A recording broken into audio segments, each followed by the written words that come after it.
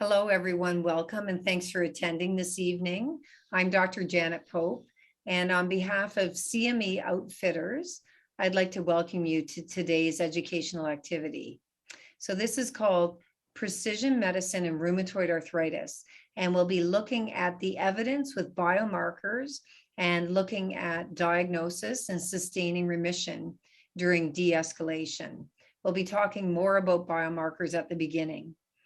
This program is supported by Bristol Myers Squibb. This CME activity is brought to you by CME Outfitters, as I said, and they're an award-winning, jointly accredited provider of continuing education for clinicians, actually all over the world. So I am Dr. Janet Pope. I'm a professor of medicine and division head in rheumatology at Western University in London, Canada. And with me, I have very esteemed guests and colleagues and pretty good friends as well. So Dr. Roy Fleshman. Roy, do you mind introducing yourself? Hi, everyone. So I'm a clinical professor of medicine at the University of Texas Southwestern Medical Center in Dallas and co-medical director of the Metroplex Clinical Research Center in Dallas. I also have with me Dr. Alan Gubowski, and he is both a lawyer and a rheumatologist, so he will keep us on the straight and narrow on telling things truthfully. But Alan, do you want to tell us about yourself? Well, thank you, Janet. I'm professor of medicine at Weill Cornell Medicine.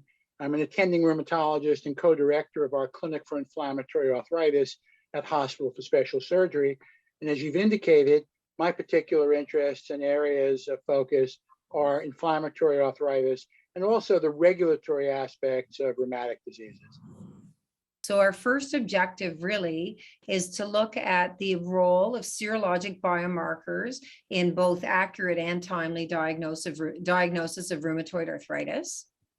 We will also move on to applying treatment strategies and consider disease activity and serological biomarkers, again, in patients with rheumatoid arthritis. And our third one will be looking at methods of predicting sustained remission and a little bit on de-escalation of therapy. So let's dive in. So we're going to really talk about biomarkers, and I think it's important that we're going to differentiate between biomarkers that we use every day in clinical practice and then proposed or emerging biomarkers.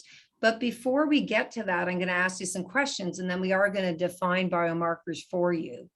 So I'd like you to think of voting on this question, and there might or might not be a right answer, but there will be different opinions on this. So which one of the following biomarkers is not among those commonly used in clinical practice?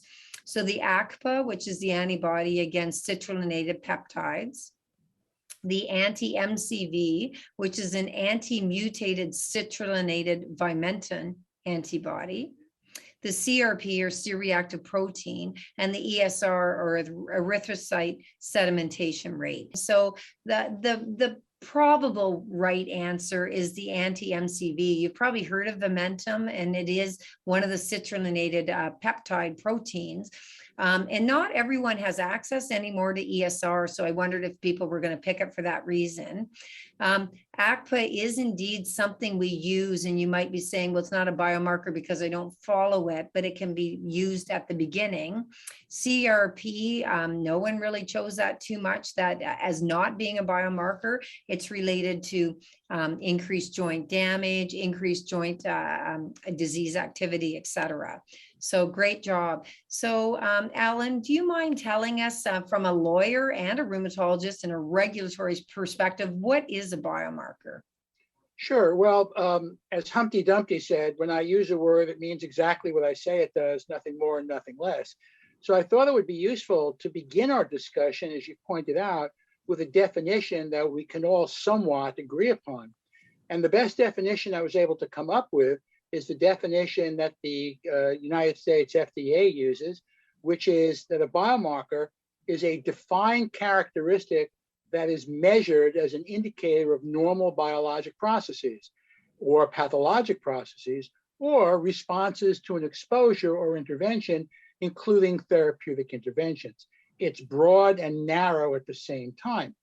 And examples of biomarkers, including some that we don't always bring to mind, are that these can be molecular, which are the more common.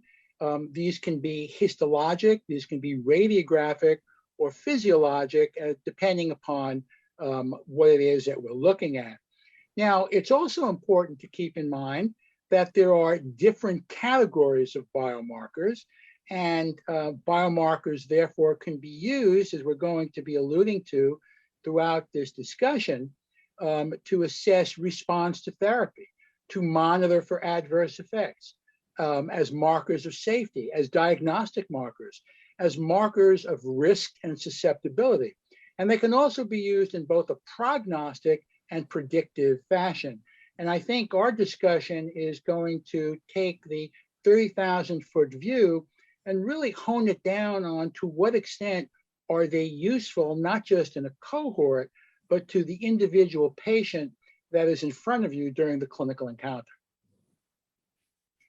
I think that you've nailed it on. It's both being narrow as well as being can be quite broad, and where we're probably going to discuss. And so I guess just a quick question. So if I have a patient who's 85 and ACPA negative, would that be a biomarker that ACPA is negative, she has RA and she's elderly? Would that be enough to say there's a biomarker going on?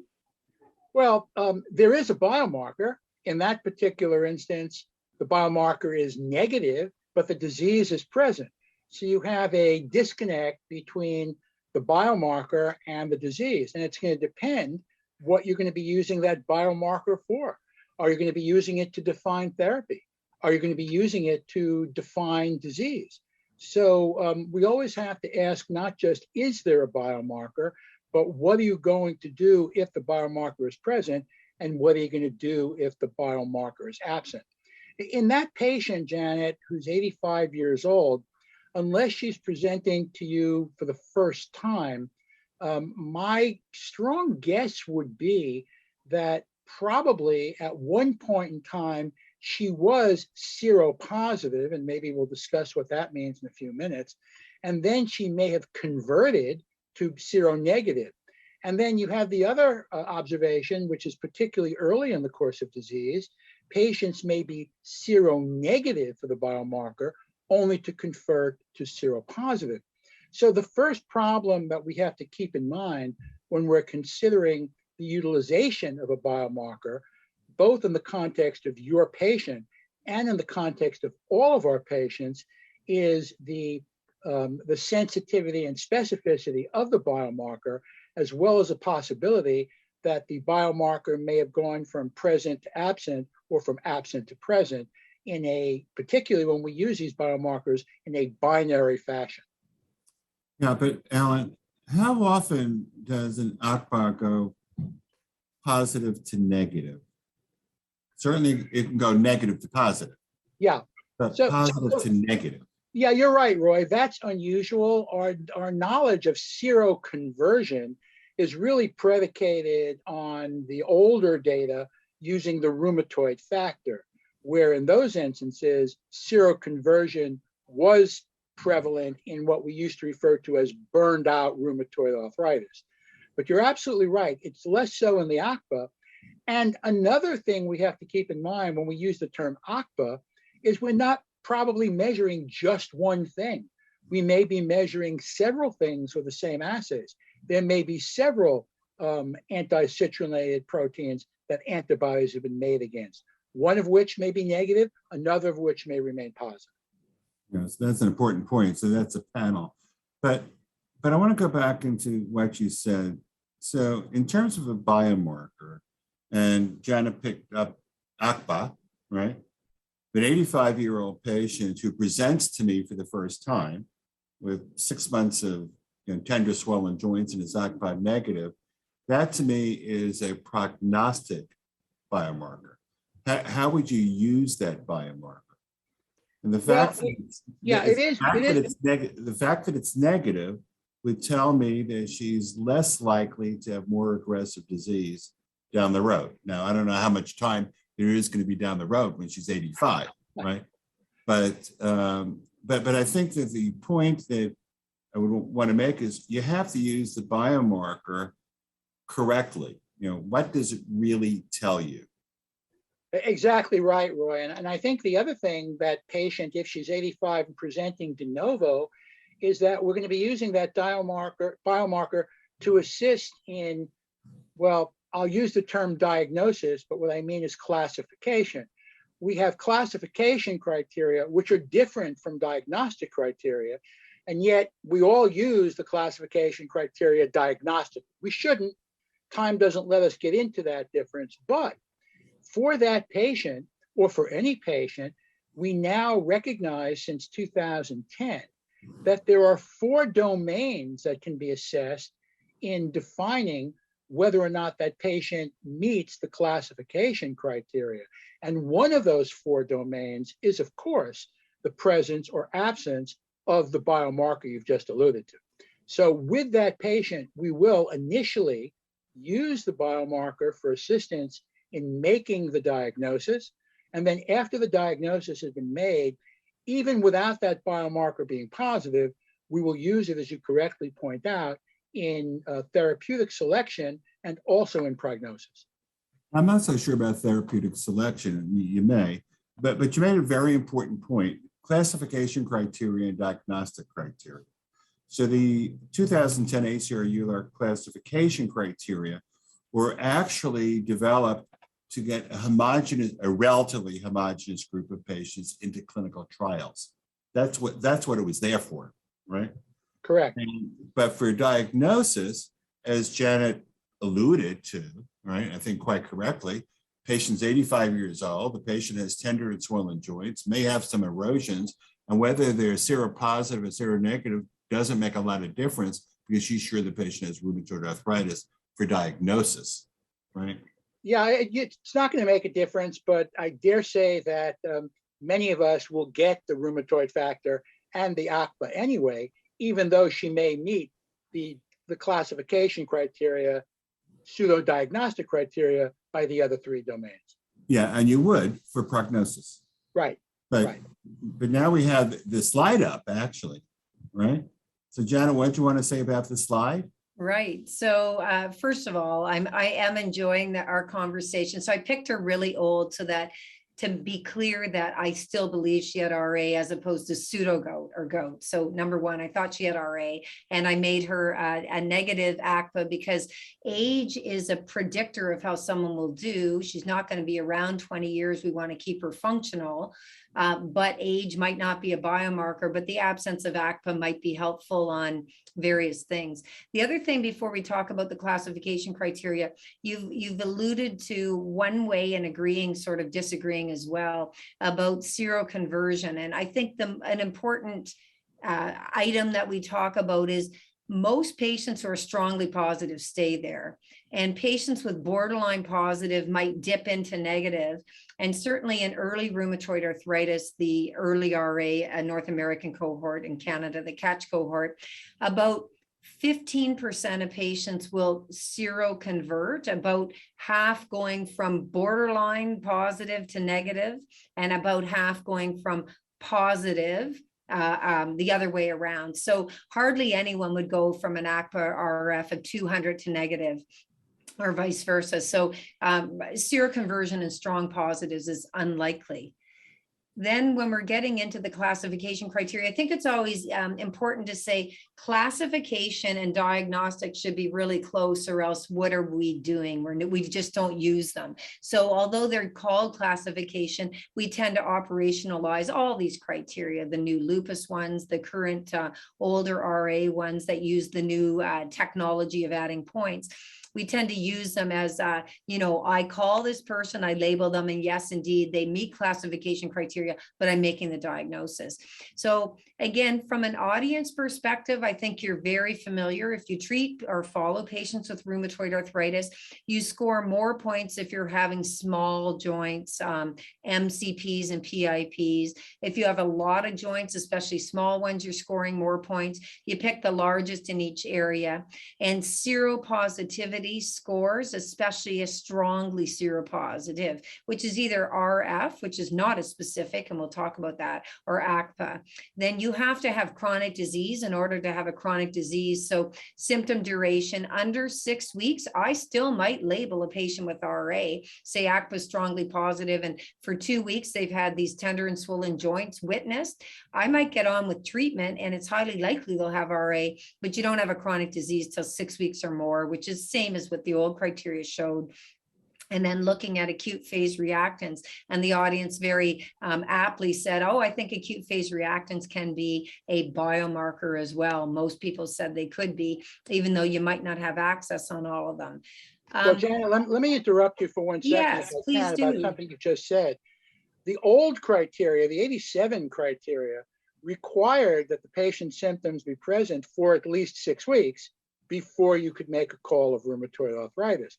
The 2010 criteria do not.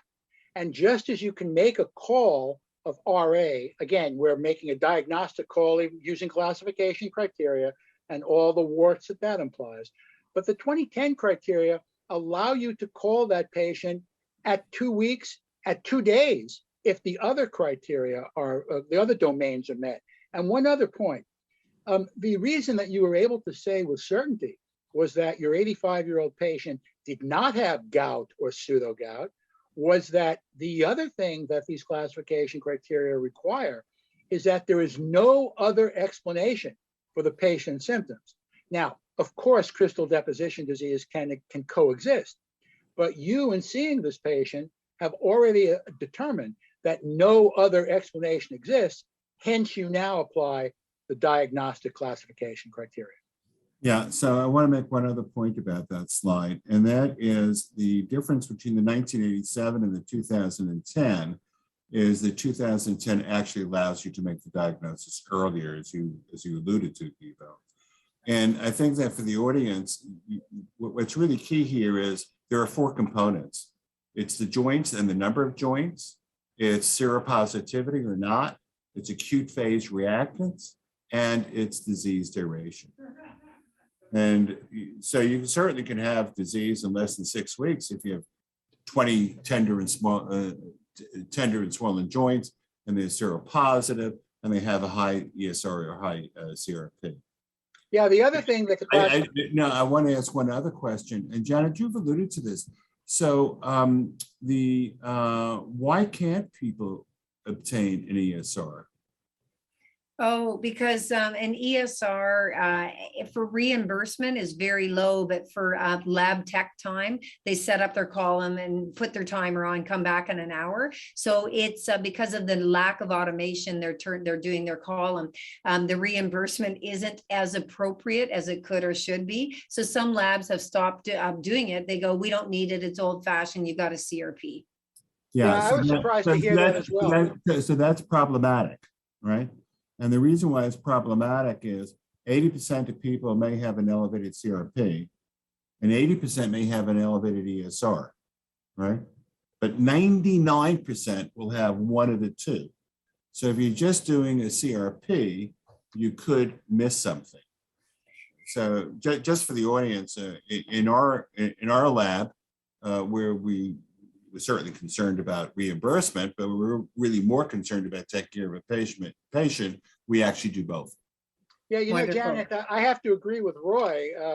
Even back in the old days, when the pyramid was still standing before we inverted it, when Roy and I trained, we were taught that if you were stranded on a desert island and all you had was a Bic pen, you could still do an ESR because of the ability to measure the fall of blood in a clear tube in an hour's time. So I'm surprised to hear that the ESR is not being done routinely in your part of the world. Right, Okay. right. So I think, you know, it's good to call on that these things overlap, but not 100%, the acute phase reactants. And I think, Roy, when you were saying that they're up, obviously in active disease untreated, they're often elevated. Our partially treated patients, this is off topic, but it is a biomarker issue, is that if someone has active RA and say they're on optimal dosing methotrexate and partial responders, it's not sufficient to have inflammatory markers. You can have no inflammatory markers and still elevated and still have inflammatory disease that's active because of the fact they're partially treated. You're absolutely right. So what I was referring to is a patient coming in, new patient, who's untreated, right? And in the untreated patient, 80% will have an ESR, 80% will have a CRP, but 99% will have one or the other. Once you treat, right, the reason why a lot of the audience pick ESR or CRP is it is a biomarker. The inflammation comes under control, although there are lots of other reasons, the elevation of CRP for the elevation of ESR, rather than just active disease. It's a pretty good biomarker for determining whether or not the inflammation is under control. And let me just put a pin in that comment, Roy, and remind our listeners that there may be therapies that we use that may depress the CRP before we see the clinical response. And so we have to keep in mind that the suppression of a marker for inflammation may not mean that inflammation has in fact been suppressed. Yeah, so let me put a nail into that, not a pin. So if you treat with an IL-6 inhibitor, or you treat with a JAK inhibitor, the chances of the CRP decreasing significantly, whether the patient has a response or not, is quite high, because an IL-6 inhibitor actually affects CRP. That's one of the reasons why, if you're using certain medications, it really makes no sense to calculate a DOS28 CRP, right, for that reason. Well, we've put a nail in the horse, we put a pin in the horse, Janet. Maybe we should move on before the horse is dead. So the next That's right. We're not killing discuss. any horses today. And again, generalizations in general are quite true. And you'll always find an exception to the rule, which is good. That's why we practice the art of medicine. So we're talking about biomarkers. We talked briefly about ACPA, but I'm going to turn it to rheumatoid factor because you have both alluded to that the sensitivity and specificity might change and the altering over time of positivity might change. So we're all aware that rheumatoid factor, so it's usually an IgM macromolecule that's directed against IgG. So all the right? So we're usually looking at IgM and IgG, but you can have a rheumatoid factor that isn't IgM. It can be IgE, as a for instance, pretty rare, but it's directed against the FC portion of an IgG. So that's why it's an autoantibody. It's directed against the FC of an autoantibody. So rheumatoid arthritis is, what we're talking about tonight, but other connective tissue diseases, vasculitis, cryoglobulinemia, JIA, even juvenile linear scleroderma can have an RF.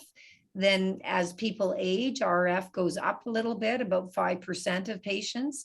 We know certain infectious diseases, chronic hep C is for instance, hep B, endocarditis, some viral illnesses, and lots of other things, cryos that are associated with malignancy or not, mixed essential and other cryos, sarcoid. After a vaccination, you might have one, and some of these are transient. And I would say pretty rarely in malignancy, and in malignancy, we don't know why they'd be ordering an RF, I guess, if they're trying to figure out someone's sick and they don't know what's going on, but probably a physical exam would help for malignancy to rule out RA.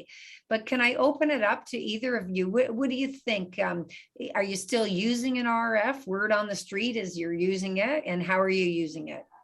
So we are using it, and we're using it in association with the ACPA. So the ACPA is actually more sensitive and more specific. But there are patients who are ACPA negative.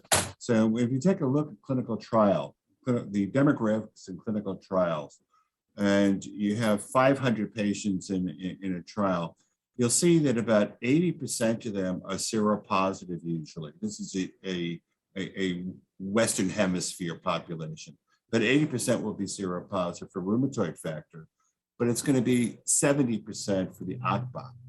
So you don't want to miss those, and there are patients who are ACPA negative, but rheumatoid factor positive, and vice versa, double negative, double positive. So in my clinical practice, yes, I do both of them for the diagnostic criteria, as well as for prognostic criteria. But I'm certainly, I certainly pay a little bit more attention to the ACPA than the rheumatoid factor. except for one thing that you mentioned. The highest rheumatoid factor I've ever seen was a patient who had what? SBE. SBE, absolutely. And it was probably in the thousands, It wasn't. tens of thousands. Yeah. Yeah. So there are some great questions along these lines. So I'm not ignoring people's questions. Keep them coming. They're excellent. I will batch them up because sometimes we don't want to steal the thunder of other slides. But a question is, can ACPA positivity occur in other rheumatologic conditions the way RF does? Does anyone want to handle that question? You know? Roy, I think you've published on that. So it can, right? But high positive ACPA is pretty diagnostic of rheumatoid arthritis. I can't think of many diseases in which you get positive ACPA. However, Dr. Grabowski and I listened to a grand rounds this morning, which was very interesting. It was Kevin Dean talking about pre-RA, and he pointed out something which we've been interested in years. You can get ACPA positivity way before you get rheumatoid arthritis. Years before, 10, 15 years before. And there are patients who are ACPA positive who never develop rheumatoid arthritis. Right? They're asymptomatic. And how do you find them? Well, you find, actually in Canada, they did the same thing they did in the US. They went back into veterans, right? They went back into veterans with serobanking, and they had positive ACPAs. And so I have seen several patients over the years. I've only been in practice for 3 months, so it's probably only about 200 or 300 who had a positive rheumatoid factor or a positive RA, positive ACPA, who had no disease. They had no systemic disease that I could tell. And for years, I couldn't find it. So it's not 100%. Right. Yeah, Roy is exactly right on that point. Just to wrap it up, you know, the presence of a rheumatoid factor does not rule in rheumatoid arthritis. The absence of a rheumatoid factor does not rule out rheumatoid arthritis. As he's pointed out, about 80% of patients may be rheumatoid factor positive and 20% negative. But it's the combination of the two that gives you a higher sensitivity and specificity for the real likelihood that the patient is either presenting in front of you with symptoms consistent with or likely to develop rheumatoid arthritis, which is a topic for another discussion. The whole area of preclinical disease is something that we can take on in another discussion. Yeah, and I think the bottom line is, so you can have ACPA, often low titer, that might be irrelevant, although not a ton of false positives.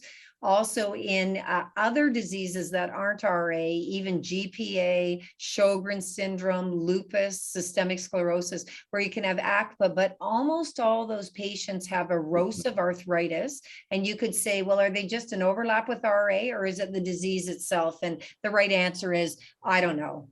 But I sometimes say ACPA positive primary Sjogren's because I don't think they meet RA classification criteria yet or something.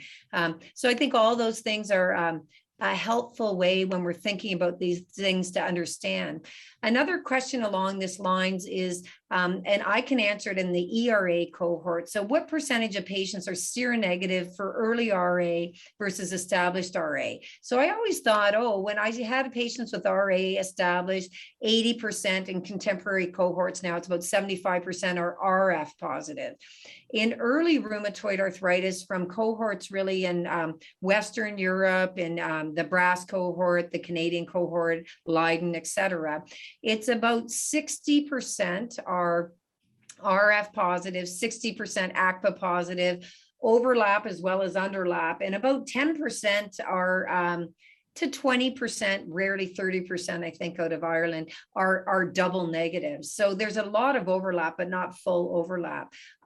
Whereas in an established group of patients, if you're looking at, say, an advanced therapy, you get about 75 to 80% are seropositive of active established RA, 5 to 8 years disease duration. So are they different patients, and some of my patients get lost to follow up or go in remission?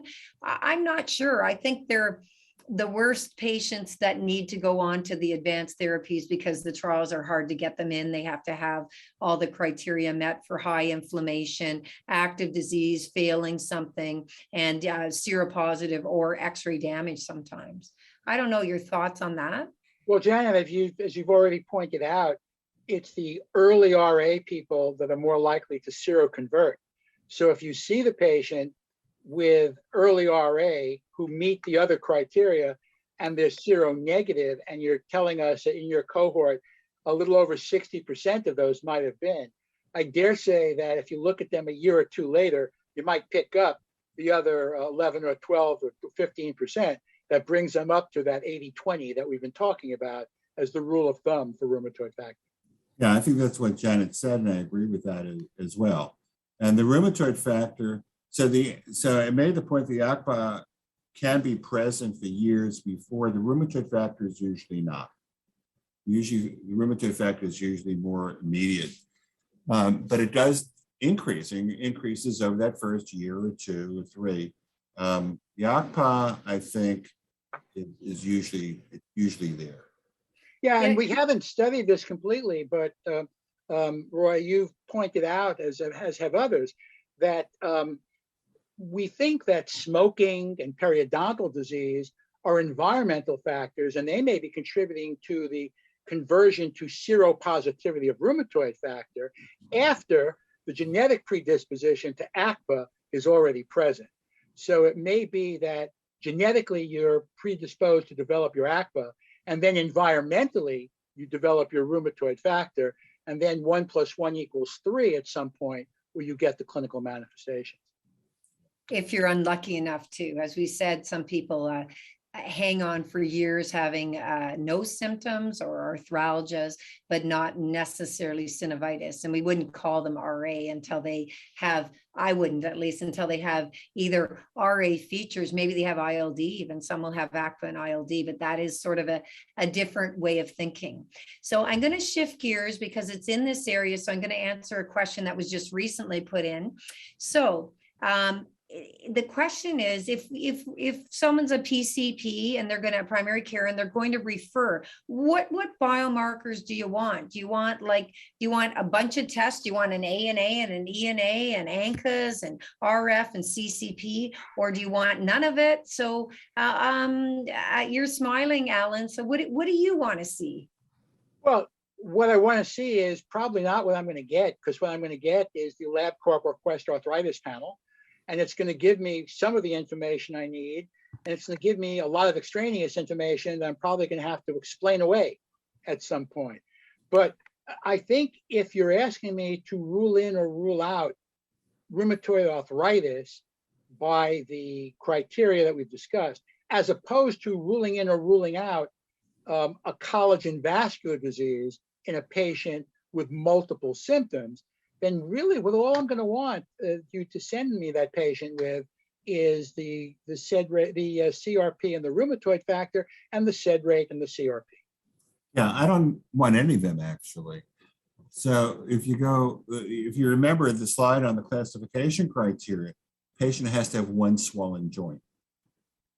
So if the patient comes in with a joint or with several or multiple swollen joints, and if the PCP isn't comfortable taking care of that patient and diagnosing the patient, I will see that patient with no laboratory tests. The other point is when you talk about the panels are done in different laboratories. And what we have found is that some of the laboratories are really good and some of the laboratories are not really good. So a lot of times we will repeat them to see what's accurate and what's not accurate. But I think that the reason for the referral is a patient for rheumatoid arthritis complaining of joint symptoms. Now, Roy, I have no doubt. Dr. Gabowski is going to interrupt me and say that rheumatoid arthritis is a systemic inflammatory disease but we recognize it by the joint symptoms. And we do look at the systemic inflammatory disease. Actually, Dr. Gaboski was merely going to say, Roy, that with your 3 months of experience, I suspect you would be able to diagnose rheumatoid arthritis just with that one joint and without the laboratory. No. So when I see one joint, the question is, what is that one joint? It's an inflammatory OA. Is it RA? Is it gout? Is it pseudo gout? Is it infection? I mean, it's that whole differential that we have. But but I can usually tell whether it's rheumatoid or not, because it's usually not one joint. When it is one joint, it's more difficult. But the answer to the question is, I don't need a lot of laboratory.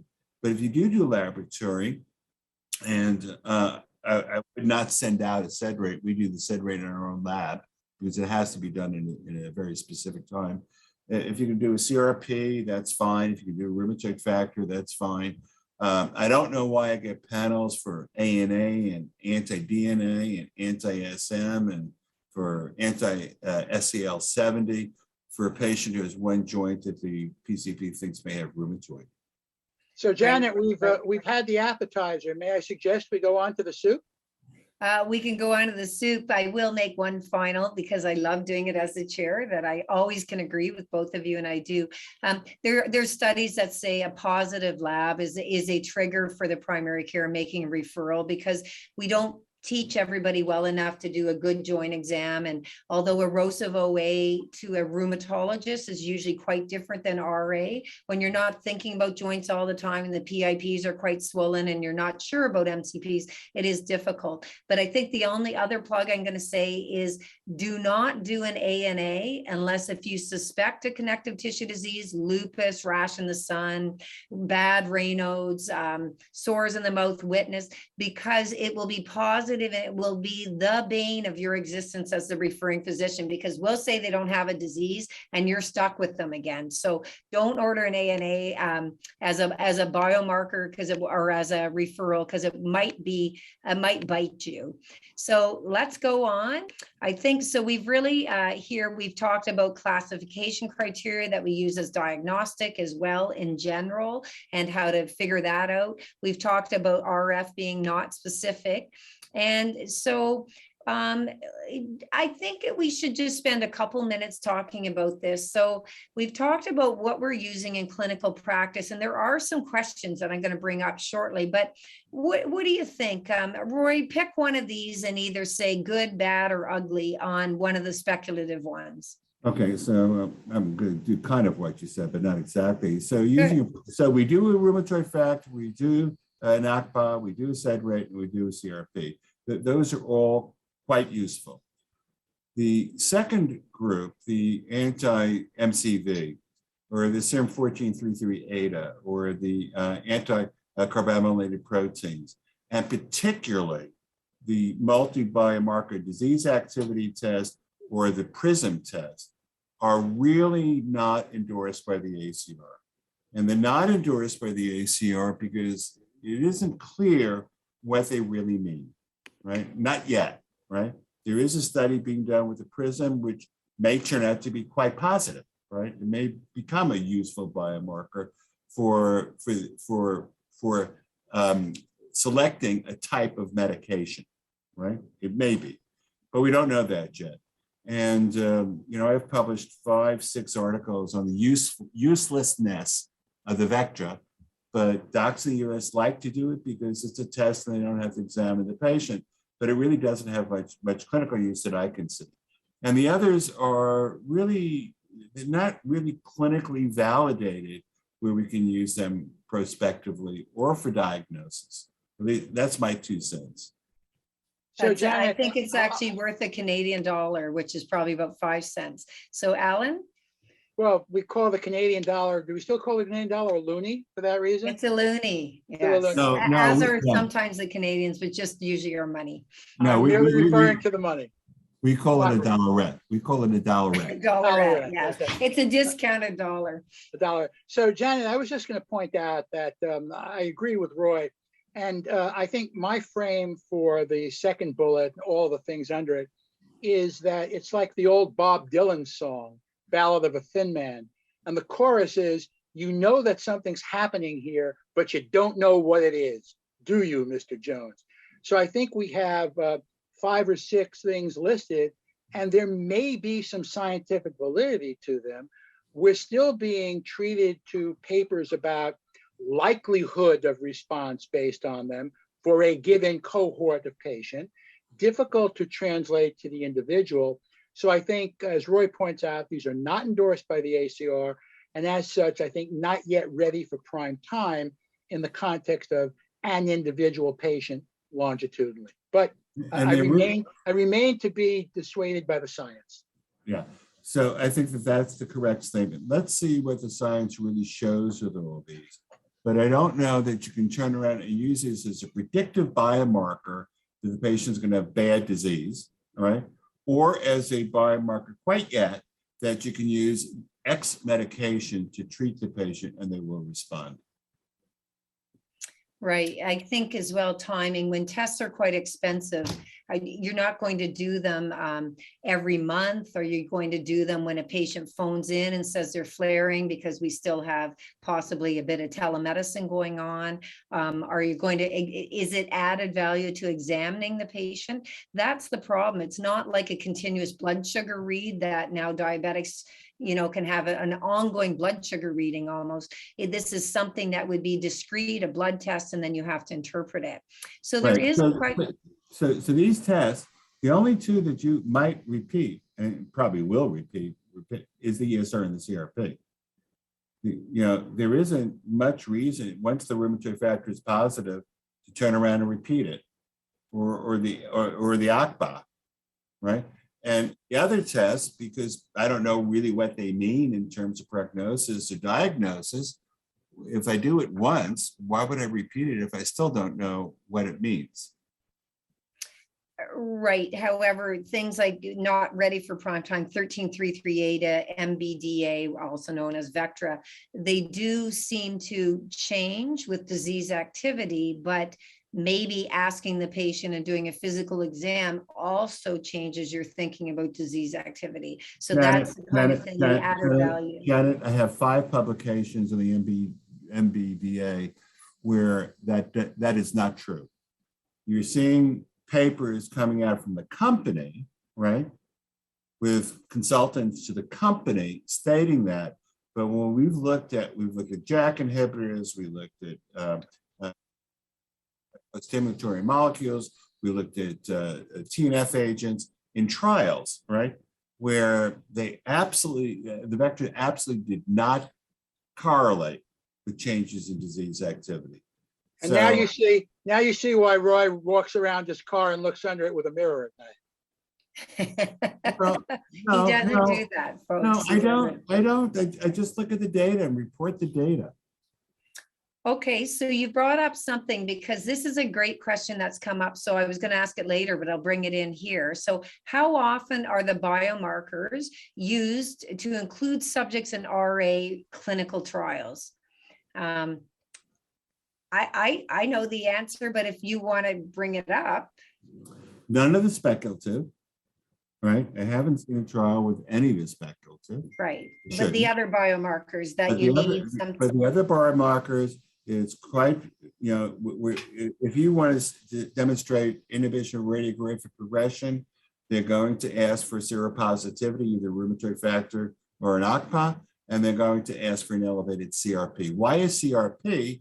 Because that's a central laboratory, right? And they can do that.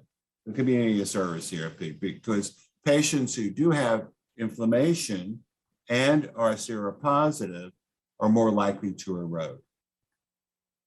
Right. Yeah, I would agree with Roy. In the context of clinical trial enrollment, usually all 4 of the ones used in practice are criteria for enrollment or for assessment of disease activity.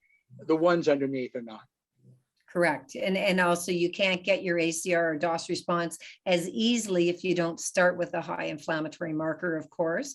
And we want to make sure they're classified as RA patients. And you want to look at erosions and things like that to see if these drugs can decrease progression of erosions. So we're going to move on. Again, the great questions, keep them coming. I haven't missed the questions. I'm trying to put them at the right time. So if you haven't been answered, your question yet hasn't been answered, we'll get there. So let's talk about applying treatment strategies, because there are questions too about, well, how do we consider disease activity with serological biomarkers in RA, or I guess, how do we or don't we? So looking here, here's what we're going to talk about, maybe treating to target, the ACR recommendations, disease measures, CDI, SDI, etc., how biomarkers help and where they help, and different drugs for RA treatment and when to use them.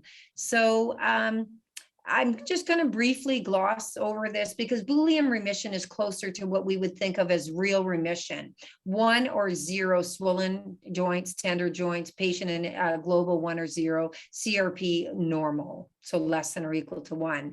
CDI is adding tender swollen patient and physician global, and SDI is adding to that also a CRP. So, and Boolean remission for clinical trials might even be even stricter, but where the CRP is included. So these are some of the markers, and I think we might have more interest to the audience if I move on to the next slide. Roy, what are we talking about here on this important slide on metrics in RA? Yeah, so this is very important in terms of treating the patient and treating to target and treating them to remission of low disease activity. So this is a post hoc analysis that I did from a study, and it's basically what we did was we looked at patients who had a response at week 24, which was either remission of low disease activity, and do they also have it at week 52, right? And we looked at various metrics. So it's hard for me to see the slide, but I know that we did the DOS28 ESR, which I think is the first bar.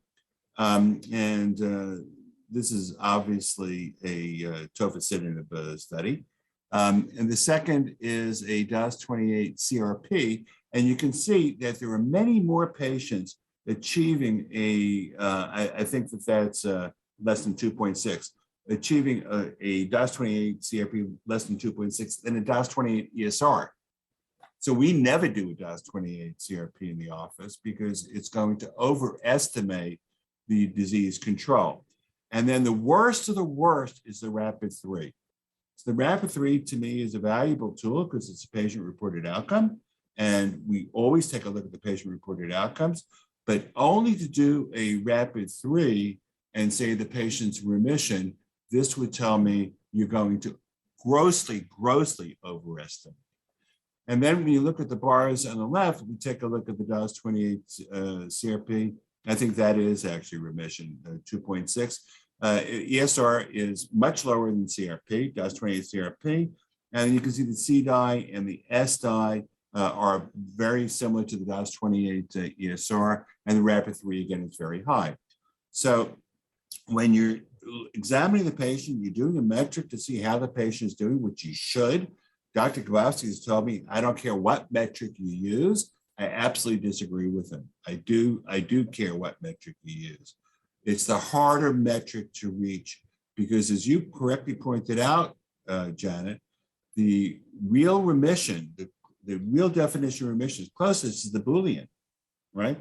And if we put Boolean in here, the bars would be even lower. But that's what you're really trying to get to if you can, right? So yeah, use a RAPID-3, give you some extra information, but don't use it to find remission. Don't do a DOS28 CRP. You can do a DOS28 ESR, CDI, SDI. So let me put my comment that you cited in perspective, Roy. And that is that I'm a firm believer in the treat to target plan, which is use a metric and a target.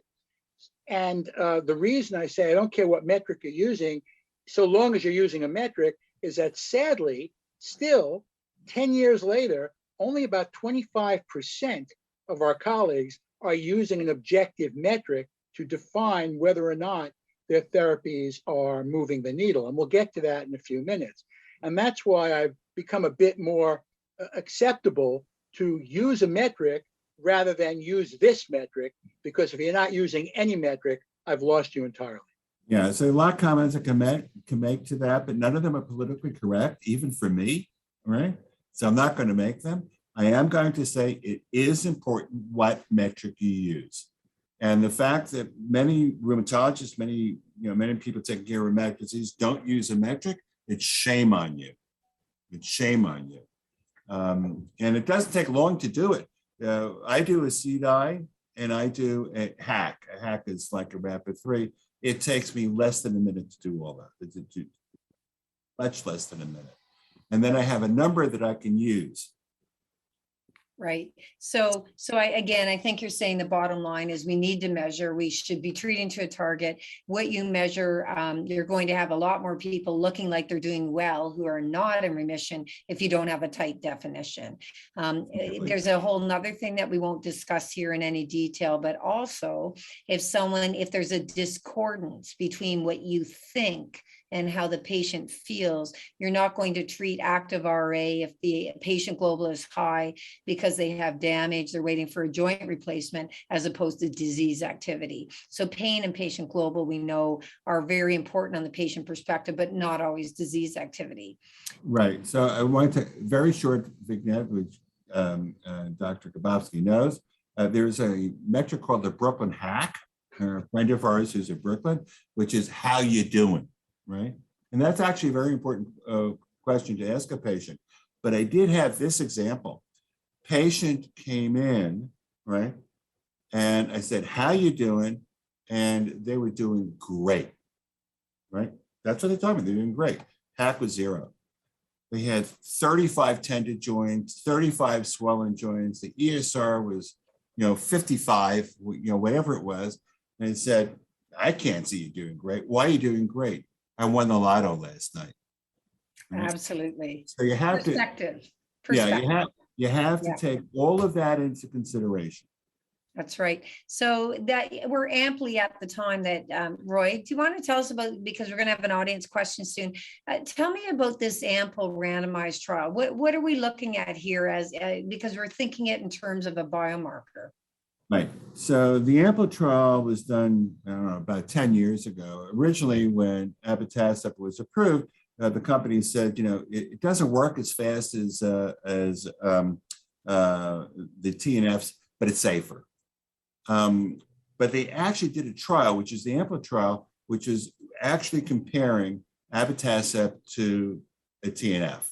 And it turned out that the speed of response, the degree of response, degree of X-ray inhibition was exactly the same. You couldn't tell them apart. But one of the things we did in that trial was we did get baseline anti-CCPs. And then we looked at, did the anti-CCP differentiate, the titer, did it differentiate one drug from the next? So let's go to the next slide. Roy, do you just want to, Roy, take a minute and define anti-CCP, because we've been using the term ACPA, and you might want to just define that for our listeners. An anti-CCP is the same as an ACPA, right? It's an anti-citrullinated protein. Yeah, so a class of which there's different CCPs, Right. 1, 2, 3, etc. Yeah, But it's basically proteins, the same thing. Yeah, they are. We'll consider that. So while I'm reading the question, feel free to vote. So this is test your knowledge kind of stuff. What was found at year 2 in the analysis of AMPLE-2, comparing baseline anti-CCP antibody status with clinical outcomes in patients treated with abatacept or adalimumab, and they were all on background methotrexate. So you're going to guess what was found. In both groups, anti-CCP antibody negative patients responded better than positive. Improvements in disease activity, disability, and remission were similar across all 4 quartiles of CCP positivity from strongly to weakly positive.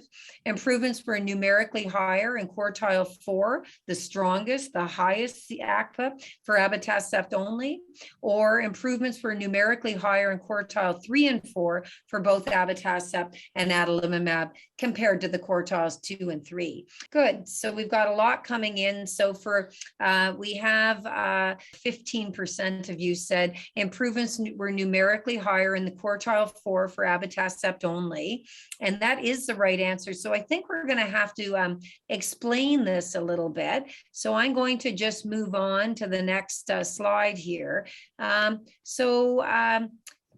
Roy, do you mind telling us about what this is, what this means? This is a sub-analysis of the AMPLE trial that you described. So what are we seeing here?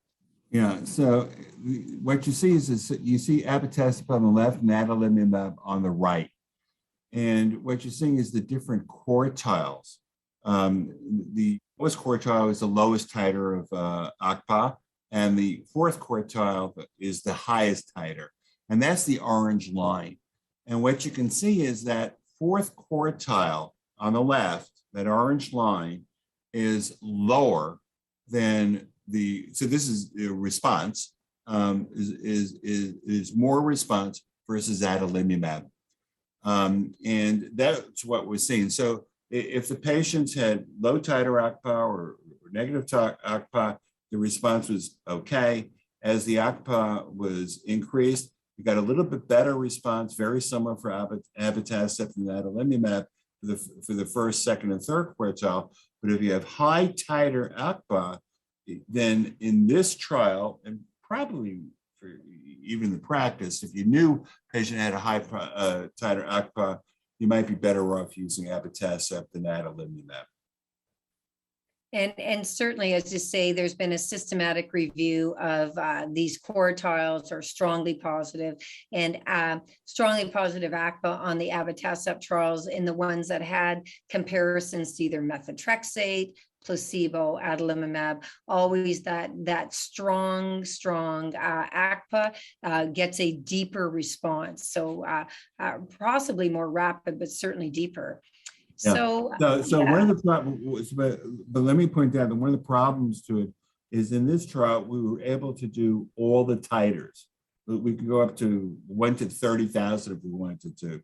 But the commercial tests usually come back, higher than 1 to, higher than 400, right? They don't go to, you really can't tell how much ACPA is present on the commercial drugs presently. But as Roy correctly pointed out and appropriately wrote, the AMPLE trial was really a seminal trial in that it began to get us to think about the possibility that there are differences in how patients respond to therapy, and optimization of therapy might be a function of the ACPA, and that it might help us identify the population of patients who are better treated with one agent over another, in this instance, abatacept over adalimumab in a population of patients. Indeed, our ACR recommendation, or ACR guideline, does allow us to use a non-TNF inhibitor as a first biologic, and that may turn out to be appropriate in a patient who is more ACPA positive than ACPA negative, and maybe reserve another class of agents as a first-line biologic or targeted synthetic for those that are not. All right, so we got some great audience questions that is along this objective. So there's two, and one's a yin, one's a yang. They're coming about it in different ways. So how much is ACPA affected by medications like glucocorticoids, NSAIDs, and maybe the drugs? So in other words, you could look at it as response to therapy with an ACPA, or is ACPA attenuated when we treat? Does anyone want to answer either, like one way or the other, to interpret this question? Yeah, I wouldn't even consider it. So I'm not looking to treat a blood test, right? So if I'm using glucocorticoid or a conventional synthetic or a TNF or a JAK, I don't care what it does to the ACPA. I care what it does to the patient. So we really, we said before, I will do the ACPA at the beginning when I'm treating the patient, rheumatoid factor. I'm not going to do it a year later, or 2 years later, or 3 years later. Do I really care if it disappeared if the patient's doing well? Do I really care if it disappeared if the patient's not doing well? Right? I mean, aspirationally, people do discuss this is not reality at this point in time, the way I practice or the way we practice, but aspirationally having a patient who is in clinical remission, radiographic, other imaging remission like ultrasound Doppler, and in serological remission might be our aspirational. But I fully agree that once the test is ordered and positive, I don't redo it. But that certain drugs I will decide to choose as a, for instance, we all know rituximab will have a deeper, better response in seropositive patients. And the trials we're looking especially at seropositive rheumatoid factor, but some of the similar data has certainly been found in exploratory analyses of ACPA positive. Alan, anything to add? Oh, sorry, Roy. Yeah, let me just, so the patients, it was rheumatoid factor. We published that. It was rheumatoid factor, not ACPA, right? Right. Is seronegative, the chances of responding is like 20%. For a deep response, it's low. Yeah, as opposed to the seropositive. Now, there was also a study that was just shown, I think it was at ACR, that there's also a little discrepancy with that with abatacept. The patient's seropositive, they will do better than if they're seronegative. But if you take a look at TNF agents or JAKs, there doesn't seem to be much of a difference. So seropositivity probably does play a role with certain drugs. I certainly think it's true with the Rituxan, and I certainly think it's true with ABA, but I don't know about the other drugs. I think that's right, Janet. And I think what Roy says is entirely appropriate. We measure the ACPA and the rheumatoid factor at the outset. We really aren't measuring them throughout the course of disease because the response to therapy is less important serologically than it is clinically. And so it may give us some information early on about who will respond to what, perhaps as an initial agent, but after the initial agent choice of seropositive, seronegative, we're not going to repeat it as a function of trying to determine what the next agent is likely to be. And let me remind you of one of the key points that you tell me. That's in a group of patients, but for the individual patient, you actually don't know. Well, we have a group of learners with us tonight, Roy, so we have to give them the cohort, and the individual is a part of that cohort. Yeah, but I do think it's important to say that what we're talking about is we are talking about a group of patients. Right, we're talking about likelihoods in populations rather than an individual, and that will be a problem that we're likely to get to in the next learning objective. Which is a wonderful segue. So I think to summarize, some drugs we would profile particularly in a known on your chart, on your EMR, seropositive patients, but many drugs are worth a try in the looking at the order depending on what's going on. But in particular, rituximab and abatacept for the strongly seropositive, we're thinking of those more so than in strongly seronegative, but you can respond. It's just you're apt to not respond as well. So the next objective, really evaluating methods of predicting sustained remission following de-escalation of therapy. And there were some actual questions on this that I've saved for a while. So our objectives really, is de-escalation appropriate? If so, when? And how would a biomarker help? So first of all, before I open it up, because I think Alan's going to want to start answering this, the ACR says don't stop drugs that work. And if you're stopping drugs, stop the one that didn't work, not the one that did, when we're talking about advanced therapies. And EULAR says, well, maybe look at cost and you can consider lowering a dose of medication and the patient's still doing well, but follow them carefully. But that's my interpretation of the words, not the actual words. So Alan, what do you think here? Is this appropriate? And if yes, when? Well, as you know, I'm not a great fan of de-escalation and heaven forbid stopping. I think that these strategies have been driven more by cost, although if you ask, they'll tell you safety. But, you know, why? if you have a patient with hypertension who you get to the JNCV5 recommended systolic and diastolic, you don't stop their antihypertensive. And if you have a patient who's a diabetic that you get to the hemoglobin A1C that you've targeted, you don't stop their insulin. And I could give you multiple examples of even when you get the patient to target, you don't stop the therapy that got them there because it may still be doing something in a systemic disease. And that's what we forget, as Roy pointed out, that this is a systemic disease where we measure disease activity in the joints. So is de-escalation appropriate? It may be for some, but it's a strategy that I think needs a lot more work because we don't have good data on the long-term effects of de-escalation, let alone cessation of our current therapies. Do biomarkers help? Perhaps, but the real question is, what should we be looking at? And the answer is, you wouldn't even think about this, and the ACR doesn't even recommend thinking about it until your patient has been in sustained remission for not low disease activity, sustained remission for at least 6 months, and then maybe you can consider taking them off something. What? Take them off the methotrexate. That's all the drugs we use, that's the one people hate the most. It's the one that didn't work, which is why we put them on a biologic. So biomarkers may help in terms of identifying when the patient is in sustained remission, but short of that, it's not a strategy that I tend to employ over the long term. Yeah, and let me make a couple of points. The ACR guidance, which you just quoted, right, talks about remission, and they talk about Boolean remission or SDI remission. I want to be very specific. It's not a rapid 3 remission.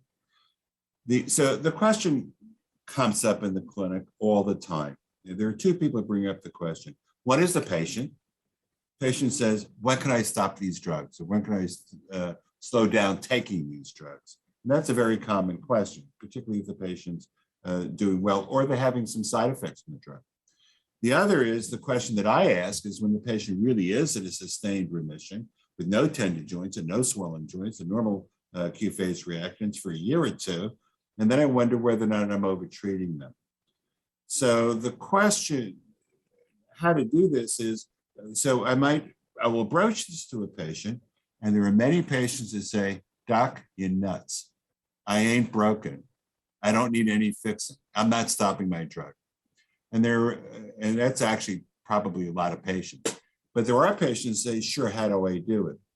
And that really is more like the EULAR.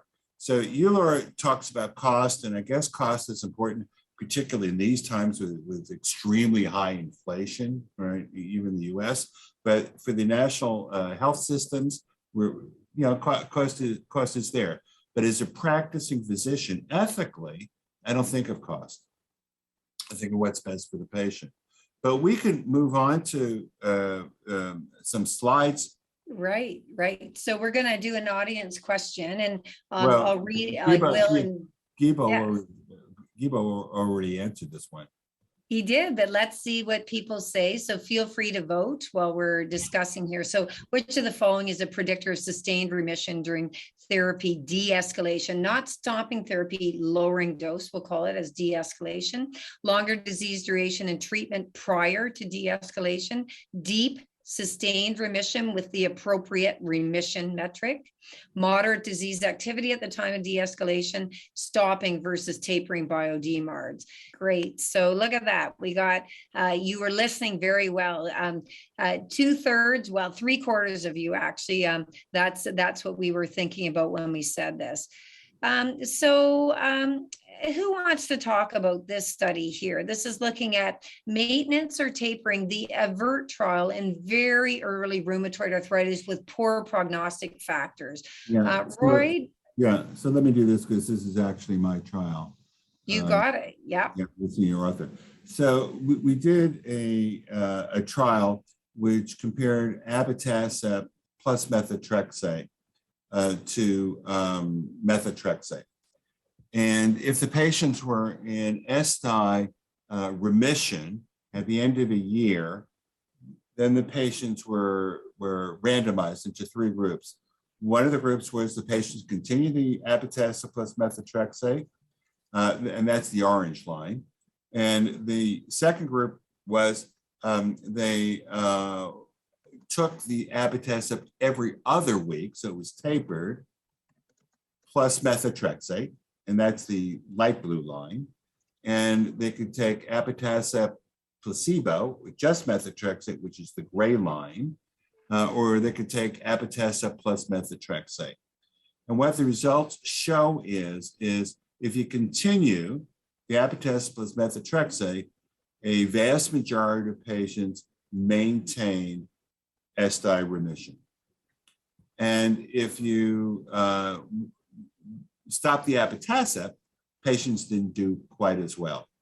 And if you tapered the abatacept every other week plus methotrexate, they were in the middle, right? So there really is pretty good data which says, yes, if you continue medication, you'll probably do quite well. About 50–60% of patients can actually taper the abatacept, but continue the methotrexate, but don't stop the abatacept. And about 50–60% of patients will remain in SDI remission. And then were in this study about 40% of patients who stopped the abatacept but continued the methotrexate were in remission. So the conclusion would be, if you're going to stop the drug that wasn't working, this would be the methotrexate, the gray line. It's best to continue, but if you want to taper, if the patient's been in a remission for a sustained period of time, it's going to work in about half the patients. All right, so very helpful in illustrating those graphs. You can see over time what's happening, so very helpful. So the Arctic Rewind trial, looking here, this is de-escalation, but not stopping. So going from usual CSD MARDs, where patients are in remission, and randomizing them to staying on usual dose or going to half dose. So methotrexate, if you're on 25, you're randomized to 12.5. Sulfasalazine, you're on 3 grams, you're randomized to 1.5 grams or staying on 3, that kind of thing. And you can see here that everything is still in the CSD MARDs. If you cut down the dose, you still would have done better if you stayed on the stable dose. And so you can see here the risk difference is about 20%. So in other words, 80% of the time, half dose is good enough. 100 relative to the 100% of the time where stable dose is good enough as a risk difference. So I think that that's kind of telling even on our traditional or CSD MARDs. And then when we go to one of these other studies, this is Terra trial. This was a large RCT that was published and more data are coming from it over time. And everybody's in remission and you're randomized to either stopping your background DMARD, which would be often methotrexate, but it could have been various CSD MARDs, mostly methotrexate, or stopping your TNF inhibitor. So we have a lot of trials that are, you're on a TNF inhibitor and you're randomized to lowering the TNF or not, or stopping, lowering, or staying at the same. This is looking at the methotrexate side of the equation or other CSD MARDs or the TNF. And you can see in general here that some patients are going to have flaring, and the flaring seem to be the same, interestingly, in either group. So whether it's flare-free survival as you taper down one or the other, but not necessarily stopping, you get the same superimposed graph. So if you're going to look at cost savings, you'd maybe cut the TNF in half. If you're going to look at patient tolerability, maybe they'd say, I feel sick on the methotrexate, I'd like to go down on that. So and it doesn't matter whether you're looking at DOS remission, Boolean remission, HAC, flare-free survival, or the mean DAS over time. So I think that this is kind of telling that there are different things we can taper, because as I move on now to some of our discussion, we've got some great audience questions, but any comments? Yeah, comments, give me comments. I want to make 2 comments. One is the Terra trial. As I remember it, is faulty. And the way that it's faulty is, yeah, the drugs would change the way you said, but if the patients began to flare, they were treated with intra-articular corticosteroids. lots of intra-articular corticosteroids. So it's hard to say whether or not this tapering the TNF versus tapering the conventional synthetic was actually really accurate. That's my personal opinion. But what's more important is when we talk about tapering drugs, what's very important for the audience to know is if the patient's in remission and the patient flares and you go back and give them the drug, not everybody gets into remission. And then we have to come back to Dr. Kabofsky's very important point. Rheumatoid arthritis is a systemic inflammatory disease. Patients who are untreated or inadequately treated have a high incidence of MACE. They have a high incidence of malignancy. They have a high incidence of VTEs. They have a high incidence of serious infections. And the key is to get the patient the best disease control you can, not only for the joints and not only for the comfort and for their function, but also for the systemic complications. And that's one of the reasons why, for me, if it ain't broke, I don't need to fix it. Roy, I couldn't have said it better myself. Oh, wait, I did. Yes, you did. He did indeed. Yeah. So if I may, if you'll humor me a little bit, I want to do a couple rapid fire questions that are in this area. And I might pick on one or the other. It's not picking, I will, chair's prerogative, but the other can add if we want. So Alan, I'm going to start with you. When you say you're not concerned about cost, but it's any of us, but I'm going to just say, Alan, if we're not concerned about cost, how do we get around the insurance companies denying a medication? And if you appeal, is it also denied, and then what? So that would be on full dose before de-escalation. How do we get around it? I mean, the guidelines help us. Well, I am concerned about cost, but I'm concerned about utilization cost, not acquisition cost. And what we're learning is that drugs that may be cheaper to buy may be more expensive to use, and drugs that are more expensive to buy may be cheaper to use. So when you talk about economic reductions, generally these studies only focus on direct costs of saving the price of a drug. It doesn't focus on things like, oh, I flared, I've got to go back to the doctor 4 times instead of twice. Oh, I've got to take 4 days off of work instead of 2.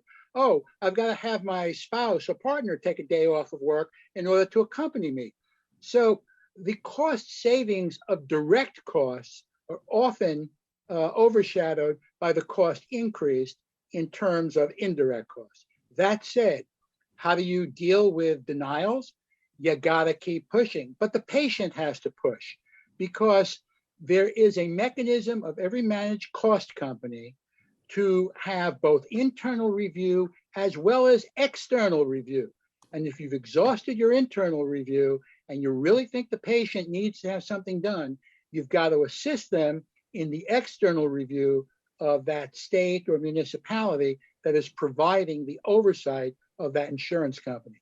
In my experience, putting my other hat on, I've generally found that when the internal reviews have been exhausted, merely suggesting to the carrier that you're going to take the external review is enough to prompt another internal review, so you get what you want, or at least you get what you need, if you can't always get what you want. Yeah, so I actually made the comment about cost, but let me clarify that.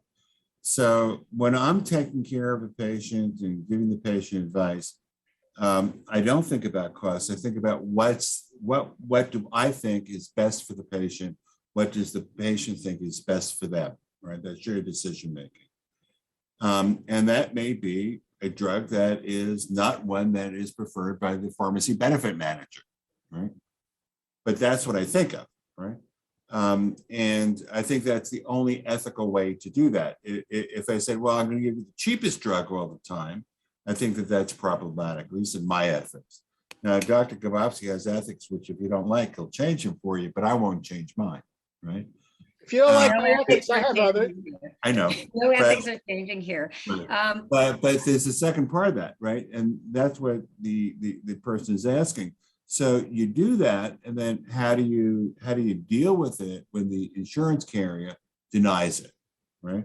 And I think that Dr. Kabofsky answered that quite appropriately.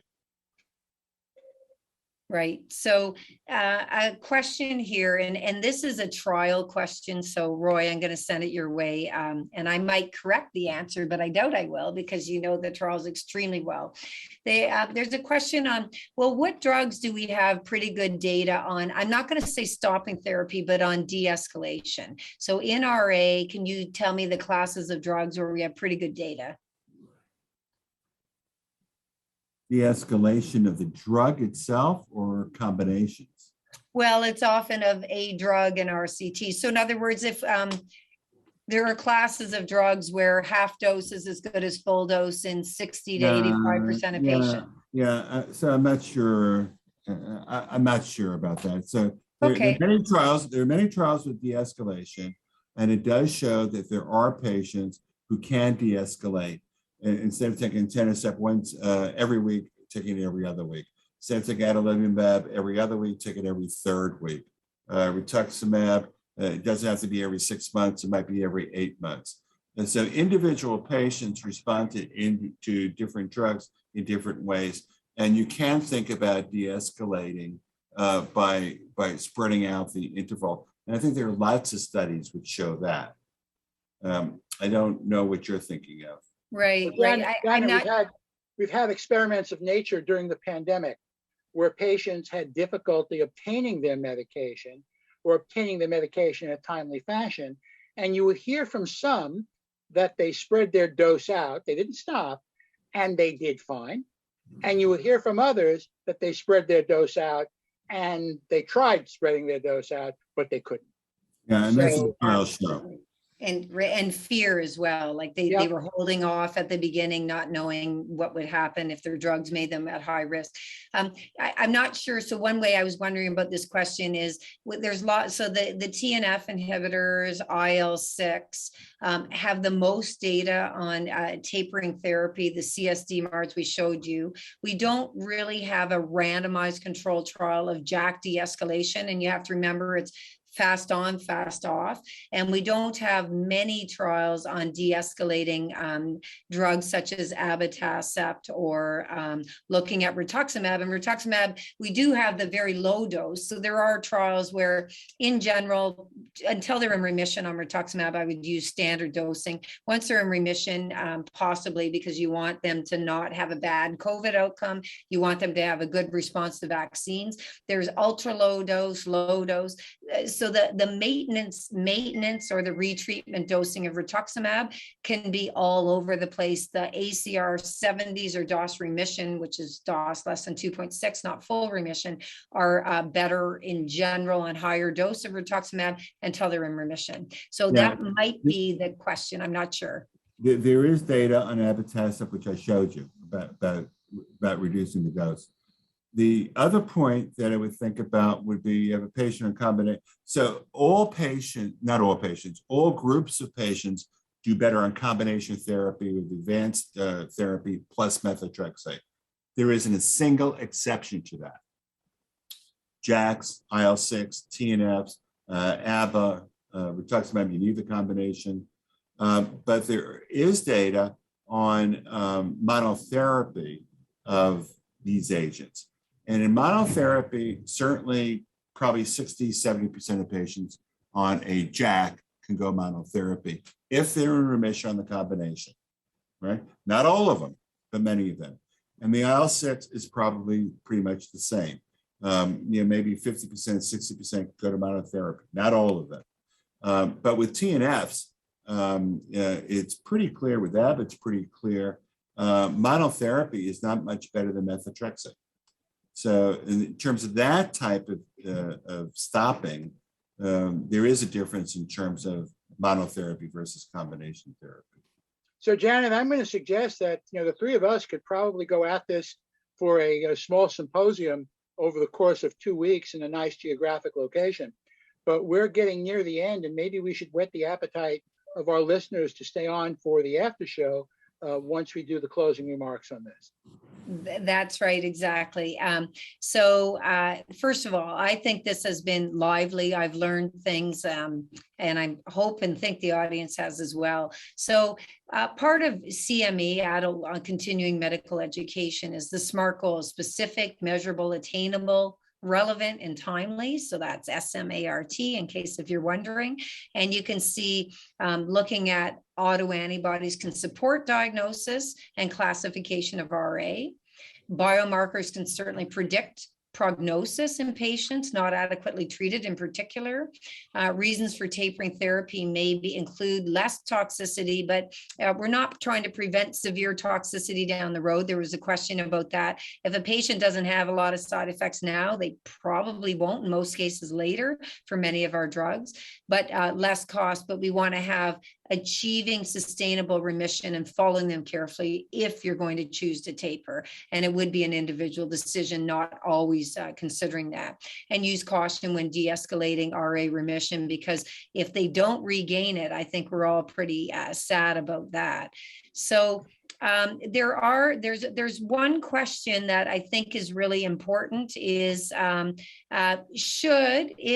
a primary care physician or nurse practitioner, et cetera, if a primary care refers, should they be referring everyone with truly suspected rheumatoid arthritis?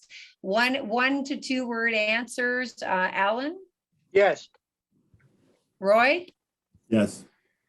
Me? Yes. Okay. Then there's one other provocative question as I move on here. This is how you can get your credit. A provocative question is, how do we truly know the patient's in remission? So if I'll answer quickly first, and then we'll just put in our 2 bits because we're about to end.